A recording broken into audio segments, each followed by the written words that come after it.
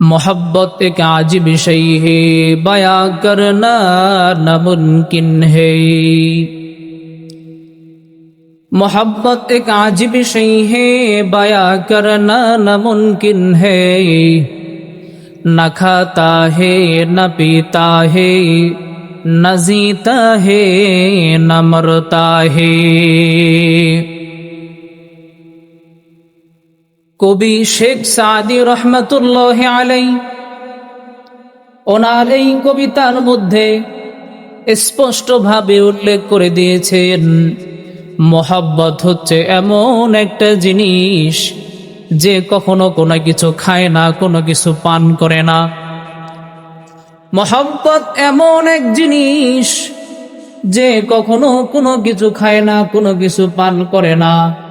তার কোনো হায়াত নাই, তার কোনো ঘুম নাই, তার কোনো মরণ নাই। কিন্তু মোহব্বত ছাড়া আমি আপনি গোটা দুনিয়ার সব কিছু অচল। আজকে আমার আলোচ্য বিষয় হচ্ছে আল্লাহর প্রতি বান্দার ভালোবাসা। কার প্রতি? আল্লাহর প্রতি। এর আগে আমরা যে বিষয়ে আলোচনা করেছি বা শুনেছি সেটা হচ্ছে বান্দার প্রতি আল্লাহর অনুগ্রহ, দয়া। আর আজকের আলোচ্য বিষয় হচ্ছে আল্লাহর প্রতি বান্দার ভালোবাসা। ভালোবাসা জিনিসটা, মোহাব্বত জিনিসটা হচ্ছে এমন এক জিনিস, এই ভালোবাসা মোহাব্বত, সন্তান তার পিতাকে মহব্বত করে, পিতা তার সন্তানকে মহব্বত করে, স্বামী তার স্ত্রীকে ভালোবাসে, স্ত্রী তার স্বামীকে ভালোবাসে। যদি এই ভালোবাসা না থাকতো, মহব্বত না থাকতো, তাহলে কি এই সম্পর্কের বন্ধন এত মজবুত হইতো? কখনোই হইতো না। আপনাদের কাছে প্রশ্ন, এই যে ভালোবাসা স্বামী স্ত্রীর মধ্যে, সন্তান পিতামাতার মধ্যে, বন্ধু বন্ধুর প্রতি, এই যে ভালোবাসা মহব্বত, এই মহব্বতটাকে কি দেখা যায়? কথা বলেন, দেখা যায়? দেখা যায় না। এই মহব্বত কি ছোঁয়া যায়? মহব্বত জিনিসটা কি কোনো কিছু পান করে, কোনো কিছু খায়? মহব্বত এমন এক জিনিস যা দেখা যায় না, ছোঁয়া যায় না। যেই মহব্বত কোনো কিছু পান করে না, কোনো কিছু খায় না, এরপরেও মহব্বত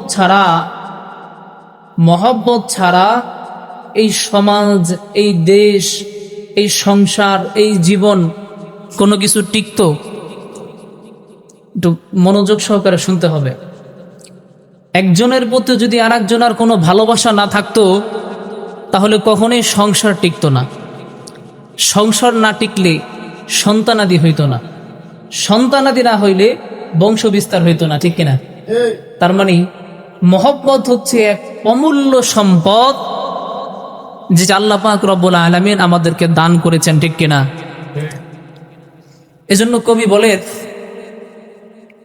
मोहब्बत एक अजीब शै है, बयां करना नामुमकिन है। मोहब्बत एक अजीब शै है, बयां करना नामुमकिन है। न खाता है न पीता है, न जीता है न मरता है। কবি শেখ সাদি রহমতুল্লাহ আলাই ওনার এই কবিতার মধ্যে স্পষ্টভাবে উল্লেখ করে দিয়েছেন, মোহাব্বত হচ্ছে এমন একটা জিনিস যে কখনো কোনো কিছু খায় না, কোনো কিছু পান করে না।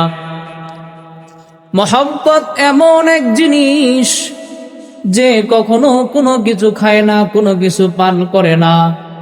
তার কোনো হায়াত নাই, তার কোনো ঘুম নাই, তার কোনো মরণ নাই। কিন্তু মহব্বত ছাড়া আমি আপনি গোটা দুনিয়ার সব কিছু অচল। ঠিক কিনা? এই মহাব্বতকে আল্লাহ পাক রব্বুল আলামিন সৃষ্টি করার পর, মহাব্বত জিনিসটা আল্লাহ তাআলা বানানোর পর এই মহাব্বতটাকে 100 ভাগ করছে। কয় ভাগ? 100 ভাগ করার পর 99 ভাগ মহাব্বত আল্লাহ তাআলা নিজের কাছে রেখে দিয়েছেন। 100 ভাগের 99 ভাগ চলে গেলে থাকে কয় ভাগ? 1 ভাগ। ওই 1 ভাগ মহাব্বতকে আবারও 100 ভাগ করছে। কয় ভাগ? 100 ভাগ। ওই 100 ভাগের 99 ভাগ আল্লাহ তাআলা তার হাবিব, তিনি যাকে ভালোবাসে, হাবিবুল্লাহ মুহাম্মদুর রাসূলুল্লাহ সাল্লাল্লাহু আলাইহি ওয়াসাল্লামকে দিয়েছেন। তাহলে 100 ভাগের 99 ভাগ নিজের কাছে রেখে 1 ভাগকে আরো 100 ভাগ করে তার 99 ভাগ তার হাবিবকে দেওয়ার পর যেই 1 জাররা পরিমাণ ভালোবাসা ছিল, 1 গমের দানা পরিমাণ যে ভালোবাসা ছিল, যে মহব্বত ছিল, এই মহব্বতটা আল্লাহ পাক রব্বুল আলামিন গোটা কুল কায়নাতের ভিতরে, গোটা জাহানের ভিতরে বন্টন করে দিয়েছেন। সুবহানাল্লাহ। আল্লাহ পাক রব্বুল আলামিন এই মহব্বতটাকে, এই ভালোবাসাটাকে আল্লাহ পাক রব্বুল আলামিন হিংস্র প্রাণের ভিতরে দিয়েছেন। এই ভালোবাসাটুকু আল্লাহ পাক রব্বুল আলামিন বনের ভাগকে দিয়েছেন। বাঘ তার বাঘিনীকে ভালোবাসে, বাঘ তার সন্তানকে মহব্বত করে, সন্তানকে ভালোবাসে। হিংস্র সাপের মধ্যে আল্লাহ পাক রব্বুল আলামিন ওই মহব্বতের মধ্য থেকে অল্প একটু মহব্বত দিয়েছেন, যার কারণে সাপ তার বাচ্চাকে ভালোবাসে। ওই অল্প একটু ভালোবাসা, 1 জাররা পরিমাণে ভালোবাসা আল্লাহ পাক রব্বুল আলামিন আপনাকে, আমাকে, আশরাফুল মাখলুকাত, তামাম জাহানের সকল মানুষকেও আল্লাহ পাক রব্বুল আলামিন ওই 1 জাররা পরিমাণে ভালোবাসা বন্টন করে দিয়েছে। ওই ভালোবাসাটুকু আল্লাহ তাআলা বন্টন করার পর আল্লাহ পাক রব্বুল আলামিন বলেন, قل إن كنتم تحبون الله فاتبعوني يحببكم الله ويغفر لكم ذنوبكم والله غفور رحيم। আল্লাহ পাক রব্বুল আলামিন বলেন, বান্দা, আমি তোমাকে যেই 1 জাররা পরিমাণে ভালোবাসা দিয়েছি, 1 জাররা পরিমাণে মহব্বত দান করেছি, এই মহব্বতটুকু তুমি দুনিয়ার কাউকে না দিয়ে, দুনিয়ার পিছনে ব্যয় না করে, দুনিয়ার পিছনে ওই মহব্বতকে ব্যয় না করে, দুনিয়ার কাউকে মহব্বত না করে, বান্দা তুমি যদি আমি আল্লাহকে সেই মহব্বতটুকু ফিরায় দিতে পারো, তুমি যদি তোমার সকল মহব্বত দিয়ে আমি আল্লাহকে ভালোবাসতে পারো, তাহলে আমি আল্লাহ তোমাকে দুনিয়ার জমিনে সবচাইতে শ্রেষ্ঠতম বান্দা বানায়া দিব। সুবহানাল্লাহ বলবেন না? আল্লাহ তাআলা কি বলেন? ওই যে 1 জাররা পরিমাণে ভালোবাসা তোমাকে দিয়েছি, ওই জাররা পরিমাণে ভালোবাসা দুনিয়ার পিছনে ব্যয় না করে, দুনিয়ার কাউকে না দিয়ে, ওই ভালোবাসাটুকু তুমি বান্দা আমি আল্লাহকে ফিরিয়ে দাও, অর্থাৎ আমি আল্লাহকে তুমি তোমার সর্বোচ্চ দিয়ে ভালোবাসো। সুবহানাল্লাহ। আল্লাহ তাআলাকে ভালোবাসতে হলে সর্বপ্রথম কি করতে হবে? আল্লাহ তাআলাকে ভালোবাসতে হলে আল্লাহ তাআলাকে মন প্রাণ দিয়ে মহব্বত করতে হইলে আমার আপনার প্রিয় বস্তু ধন সম্পদ, সন্তান সন্ততি, এমনকি নিজের জন্মভূমির এই ভালোবাসাটা আল্লাহ পাক রব্বুল আলামিন সৃষ্টি করে গোটা কুল কায়নাতকে দিয়েছেন মাত্র এক জাররা পরিমাণ। আর এই এক জাররা পরিমাণ ভালোবাসা আপনাকে আমাকে দেওয়ার পর আল্লাহ তাআলা বলেন, বান্দা এই ভালোবাসাটুকু তুমি আমি আল্লাহকে মন প্রাণ উজাড় করে দিয়ে দাও, আমি তোমাকে দুনিয়ার মধ্যে শ্রেষ্ঠ বানাই দিব। বলে কেমন শ্রেষ্ঠ? কেউ যদি এই জবান দিয়া হর হামেশা আল্লাহ তাআলাকে ডাকে, আল্লাহ বলে বান্দা তোমার ওই জবানটা আমি আল্লাহর জবান হয়ে যায়, সুবহানাল্লাহ। কেউ যদি রাস্তা দিয়ে হাঁটার সময় আল্লাহর নাম জপতে জপতে জিকির করতে করতে আল্লাহর জন্য দ্বীনের জন্য প্রত্যেকটা কদম দুনিয়ার জমিন অগ্রসর হয়, কদম দিয়ে সামনে আগায়, আল্লাহ বলে বান্দা তোমার ওই পা তোমার থাকে না, আমি আল্লাহর পা হয়ে যাই। বলে বান্দা তুমি যদি আমি আল্লাহর হয়ে যাও, আমি আল্লাহ তোমার হয়ে যাই, আমি তোমার চোখ হয়ে যাই, তোমার হাত হয়ে যাই, তোমার জিহ্বা হয়ে যাই, আমি আল্লাহ তোমার পা হয়ে যাই, সুবহানাল্লাহ। আল্লাহ পাক রব্বুল আলামিন দুনিয়ার জমিনে যদি কারোর জিহ্বা হয়ে যায়, কারোর চোখ হয়ে যায়, কারোর হাত হয়ে যায়, পা হয়ে যায়, তাহলে আপনারা বলেন গোটা কুল কায়নাত ওই ব্যক্তির গোলাম আল্লাহ তাআলা বানায়া দেয়। কেউ যদি আল্লাহর হয়ে যায়, এই গোটা দুনিয়া তার কাছে গোলাম হয়ে যায়। এই দুনিয়ার পিছনে তাকে ছুটতে হয় না, বরং দুনিয়া তার পিছনে ছুটে।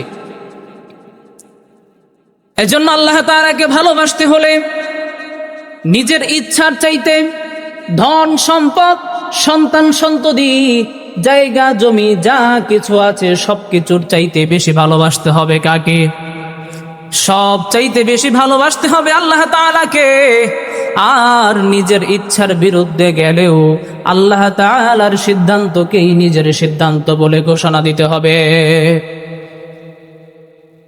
2 নম্বরে, কেউ যদি আল্লাহ তাআলাকে মুহাব্বত করতে চায়, কেউ যদি আল্লাহ তাআলাকে মন প্রাণ দিয়ে ভালোবাসতে চায়, আল্লাহ পাক রব্বুল আলামিন বলেন বান্দা যদি আমাকে ভালোবাসতে চাও তাহলে আমার রাসূলের অনুসরণকারী হয়ে যাও। আমার রাসূল যা করতে বলেছে তা করো, আমার রাসূল যা ছাড়তে বলেছে, বর্জন করতে বলেছে তা ছেড়ে দাও, বর্জন করে দাও। যদি তুমি আমার রাসূলের অনুকরণ করতে পারো বান্দা, তাহলে আমি আল্লাহকে মহব্বত করা হয়ে যাবে। এজন্য আল্লাহ তাআলা বলেন, কুল, হে নবী আপনি বলে দেন, ইন কুনতুম তুহিব্বুনাল্লাহ, কেউ যদি তোমরা আল্লাহ তাআলাকে ভালোবাসতে চাও, কেউ যদি আল্লাহ তাআলাকে ভালোবেসে থাকো, ফাত্তাবিউনি, আমি নবীকে অনুসরণ করো, ইউহিব্বুকুমুল্লাহ, যদি আমি নবীকে অনুসরণ করতে পারো তাহলে আল্লাহ পাক রব্বুল আলামিন তোমাদেরকেও ভালোবাসবেন, সুবহানাল্লাহ।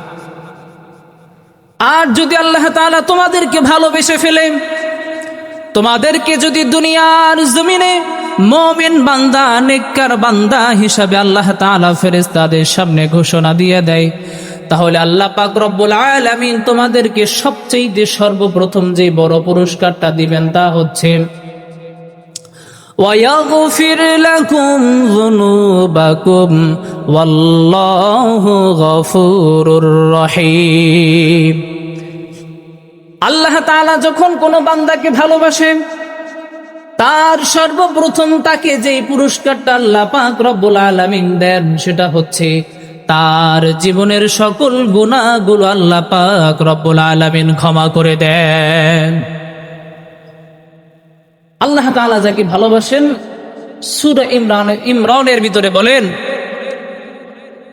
ফাত্তাবিউনি ইউহিব্বুকুমুল্লাহ, আমি রাসূলকে যদি তোমরা অনুসরণ করো আল্লাহ তাআলা তোমাদেরকে ভালোবাসবেন, ওয়া ইয়াগফির লাকুম যুনুবাকুম, শুধু তাই নয় তোমাদের জীবনের সকল গুনাহগুলো আল্লাহ তাআলা মাফ করে দিবেন, সুবহানাল্লাহ।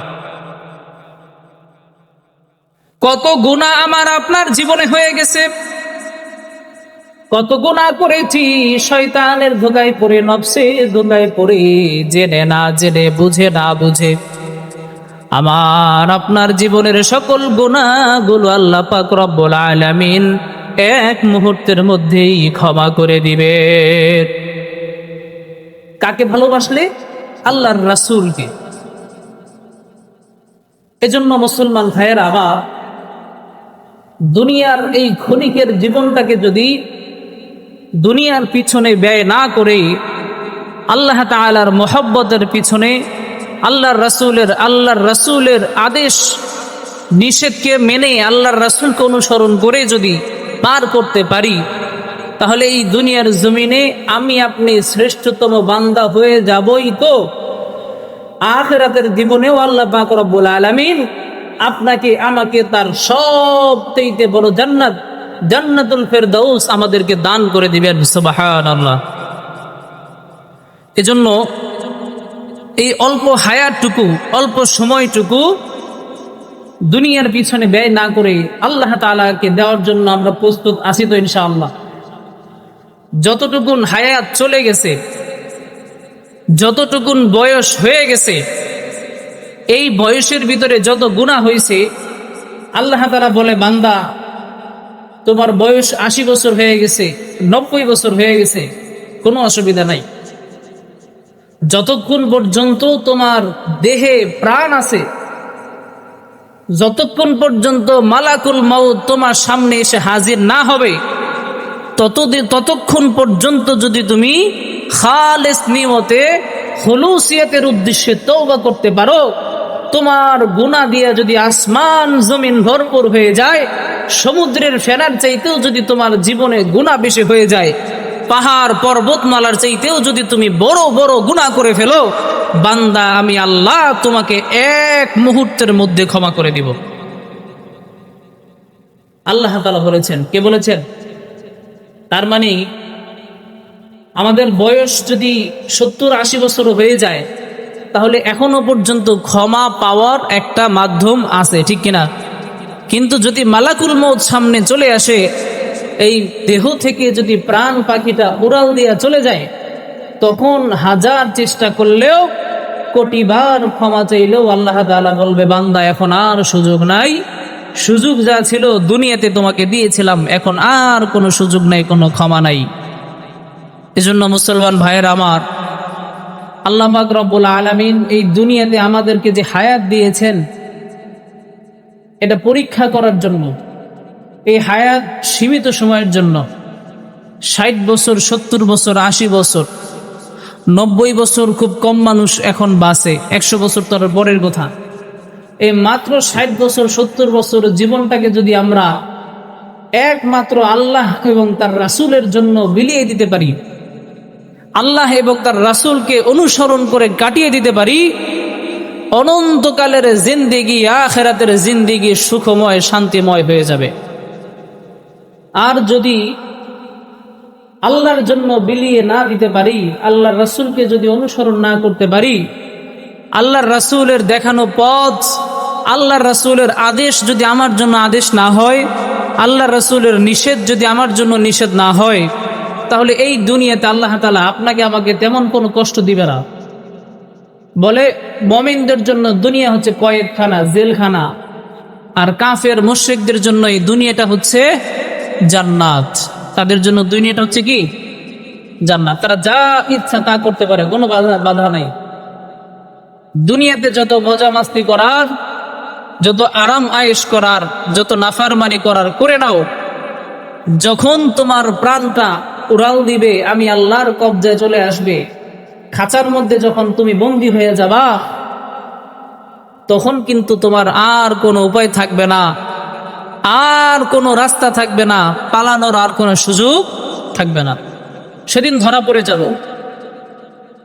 ওই দিন আমার আপনার ব্যাপারে কেউ সুপারিশ করবে না। আল্লাহ তাআলা বলেন, ফামা তানফাউহুম শাফাআতুশ শাফিঈন। এমন কে আছে তোমাদেরকে সুপারিশ করবে? তোমরা কি মনে করো যে এমন কেউ আছে যে তোমাদেরকে সেদিন সুপারিশ করবে? আল্লাহ তাআলা প্রশ্ন করতেছে। আল্লাহ বলেন, কখনোই না, বরং সেদিন তো সবাই ইয়া নাফসি করতে থাকবে। সবাই কবে, আল্লাহ আজকে শুধু আমি বাঁচতে পারলেই হয়, এ ভয়ঙ্কর আযাব থেকে আমি কেমনে বাঁচতে পারি। সবাই সেদিন নিজের চিন্তা করবে। ওই দিন আর পরিবারের চিন্তা মাথায় আসবে না, ওই দিন আর সন্তানের চিন্তা মাথায় আসবে না। ওই দিন মনে হবে, আহারে